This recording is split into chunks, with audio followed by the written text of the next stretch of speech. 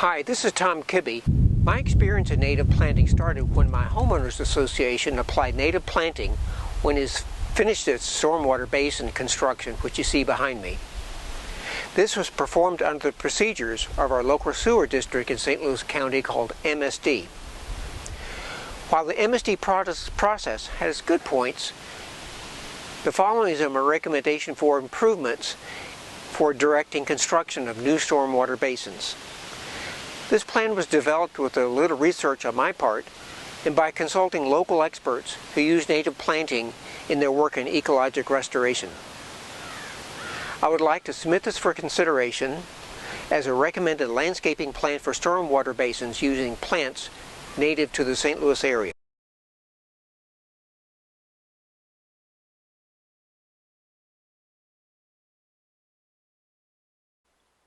Stormwater basins are a common tool to control runoff pollution into nearby streams. New construction brings a higher level of impervious surfaces from roofs, driveways, and streets, which heightens stormwater runoff compared to the prior forest or field. A well-built stormwater basin will slow this runoff. This example from recent St. Louis area construction shows that these can be difficult areas to landscape properly.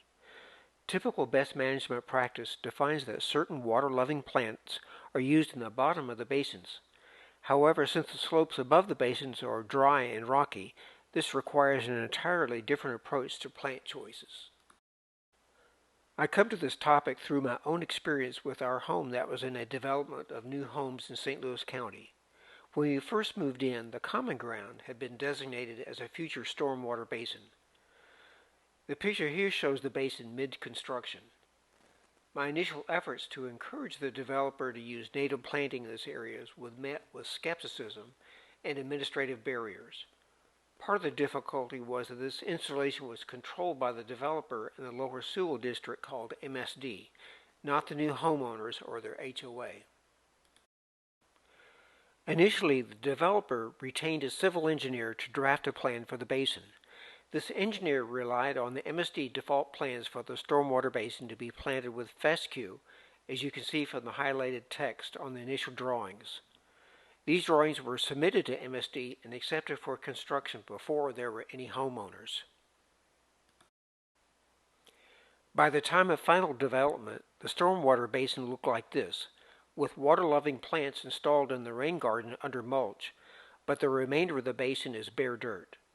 This is a fairly common experience where the basin has well-defined wet-loving plants, but the bare slopes above, which may be 90% of the total area, go undefined. One administrative barrier came from the MSD landscaping regulations for constructing new stormwater basins, which seem to require turf for upper basin slopes.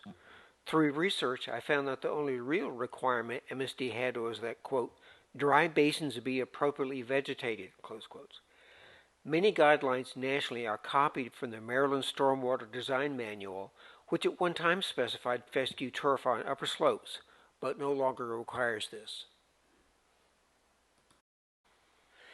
MSD and other venues seem to support native planting, such as this brochure. This is from the MSD Landscaping Guide. From the column called Upper Slopes are several plant choice selections that would seem to be appropriate for this upper basins. However, many are not available for bulk seeding or has choices that are not suited for the conditions like in the first photos, namely full sun and dry rocky conditions, which are normally found in new construction. My experience led me to these conclusions about the MSD Stormwater Basin Guidelines. First, the landscaping guidelines did give nominal support for native plantings. However, the rules and regulations document did not specify native plantings as the default or even preferred choice. So while using native plants was encouraged, this was only a guideline, so it was overruled by the rules and regulations. In our case, the original consulting civil engineer's plan did follow the MSD rules and specified native plants in the bioretention basin floor, but turf remained specified for the project's upper slopes. To get an approved change, Our HOA was required to pay $900 for new engineers' calculations showing that native seeding was equivalent to fescue turf for controlling stormwater runoff. But in the end, our stormwater basin was seeded with native plants. This is a photo of our basin after 3 growing seasons. After my experience, I would encourage any homeowners association to consider native planting for the stormwater basin if it is still under construction.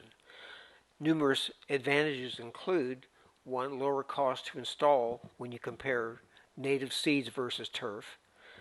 Natives require less maintenance, such as no watering or fertilizer, although it will still need some annual mowing and monthly invasive control, especially the first year. Natives will better support biodiversity, including pollinators and birds. Natives are more colorful and interesting.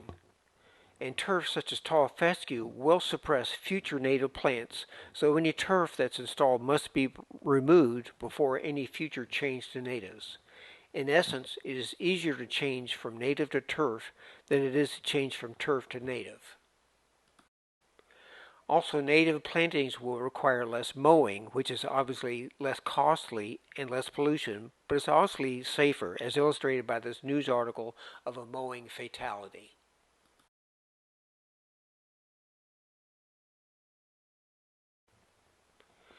This is a recommended landscaping plan submitted to MSD for seeding the upper slopes of a stormwater basin that is still under construction. This plan includes these assumptions. It applies to the slopes above the basin bottom, but not the infiltration basin, which has a different planting plan. This area would be newly graded. Bare soil would be available to seed between November and January. It would apply to seed only and not involve nursery plugs and no trees or shrubs. The slope is steep enough, that is over 10%, that erosion mat is required, which is a common occurrence. Minimal maintenance will be provided for the first 2 or 3 years after the stormwater basin is seeded, which assumes the subdivision is not yet fully built out and there's not yet an HOA to assume control.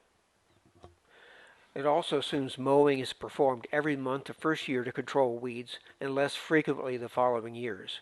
Periodic invasive and weed control would still be needed. The plants chosen for the seed mix would have the following assumptions.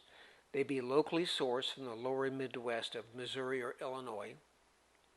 They'd be perennial and chosen to survive at least 3 years. They would be about 40% grasses and 60% forbs or flowering plants by seed weight. They'd be selected to tolerate full sun. They'd also be selected to tolerate a dry, shallow soil, especially clay and rocks, which are typically found in new construction. They'd be low profile with a maximum height of 4 feet to reduce the perception of being weedy, and which would also prevent blocking traffic line of sight. They provide seasonal color, with some plants blooming spring through fall. They'd be known to be pollinator friendly and likely established in their first year. Grasses for this mix would include Sidose grama, Indian grass, switchgrass, Canada wild rye, prairie dropseed, and little blue stem. Forbs for the seed mix would include common milkweed with reduced amounts because of its aggressive nature, butterfly milkweed, wild white indigo, lanceleaf coreopsis, plains coreopsis, pale purple coneflower, rattlesnake master, narrowleaf gumweed, western sunflower and wild bergamot included but at reduced amounts because of their aggressive tendencies. Also oxeye sunflower and Missouri primrose, foxglove beard tongue, slender mountain mint, black-eyed Susan, sweet coneflower, showy goldenrod or any native Solidago genus, golden alexanders, and aromatic aster. From the above list, it's noted that the blooming months for 6 species occur in May and June, 11 occur in July and August, and 3 in September and October, giving the mix a good spread of blooming times. Most or all of these are pollinator-friendly perennials, and all selections are available from at least 2 local bulk seed vendors.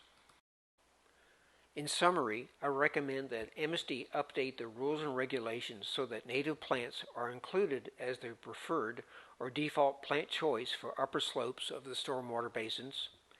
Also, I recommend that they use the described native seed mix as their default for seeding the upper slopes of stormwater basins that is still under construction.